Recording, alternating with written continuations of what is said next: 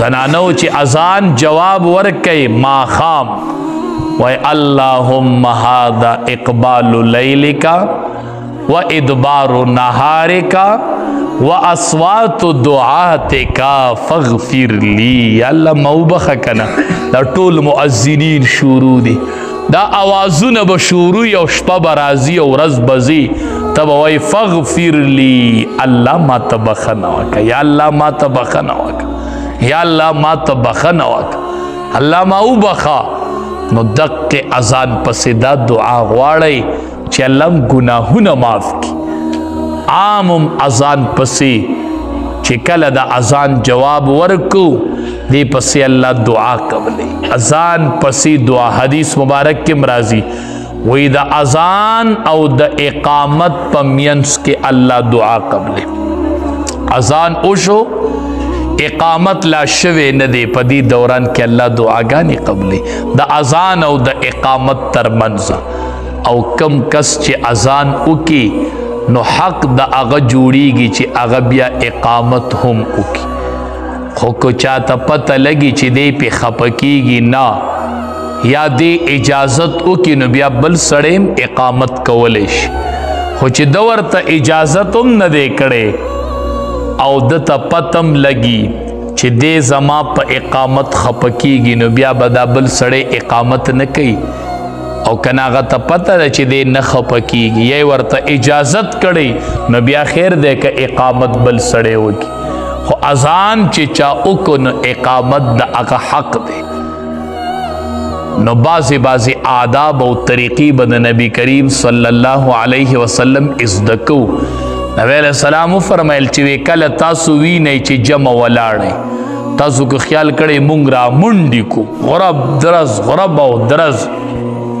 د دواړو جهانو سردارو فرمایل منډې به نه وخئ چې مونځ ولاړ دی جمع تا ته جمع ولاړه ده اوم به منډې نه وخي. په قلاره به راځي وی چې څومره منځم د امام سره ورسو هغه وکئ کم پاتې شوی دی بس هغه د امام نه وروستو پوره کوي. مونځ تا نه تښتي نه خو منډې به جومات ته نه وخي منډې به جومات ته نه وخي جومات طرف ته به را منډې نه وخي.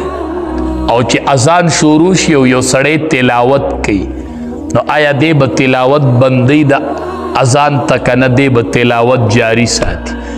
نه که یو سړی په مسجد کې ناست او تلاوت کوي او اذان شروع شو نو دی تلاوت برقرار ساتي ځکه د اجابت کړی دی. د اذان مطلب دا دی چې راشه نو دی خو راغلی دی په مسجد کې دنده ناست دی که نه. نو چې په جماعت کې ناست او تلاوت کی بیا د تلاوت جاری ساتي. او نه که د مسجد نه بهر دی او تلاوت کی اذان شروع شو قرآن لږ بند کا اجابت وکړه. دا د الله داعی دی د الله د طرف نه دعوت ورکوي. مؤذن ته ډیر درانه ګورئ دا د چا داعی دی او دی د چا طرف ته بلنه کوي. د دواړو جهانو سردارو فرمایل وی یو ټیم کې الله ډیر خوشحالیږي ډیر خوشحالیږي. کم ټیم کې چې وی یو سرون کې د بیزو وي سرون کې د بیزو وي یو کس بیزی سری او د غر په سر کې دی او د مانزه ټیم شو دا شپون کې ودرېږي الله اکبر الله اکبر د غر په سر کې ولاړ دی د بیزو کنډک سری او د مانزه ټیم پې راغی اذان یې وکړ او بیا ودرېدو مونځ یې وکړو. الله ډېر خوشحالیږي فرشتو ته د فخر پته وروي انظرو لعبدی زما دی بنده ته وګورئ که نه وګورئ زما دی بنده ته وګورئ زما دی بنده ته. نو کم خلق چې مسافر وي او روان وي او تګ کوي او په بار وي په غرونو په دې باندې ژوند دی کاروبار دی غرونو کې دي بیابانونو کې دي چې بس د مانځه ټیم شي او دنګ ځای ته خیجه او په تیزه تیزه اذان کوه په تیزه تیزه اذان. نه مونږ چې کم سړی پریوزي نو وی دی مؤذن کوي وی دی داسې څه بل څه کار نشته وی دی جومات ته خبرې چې داسې خوشي ځای باندې روانې یا بل ځای ته ځې او د اذان ټیم راشي زر ودرېږه الله اکبر دی ونو بوټو ته مې اذان واورو انشاءالله دا به مې ګواهي کوي په ورځ د قیامت.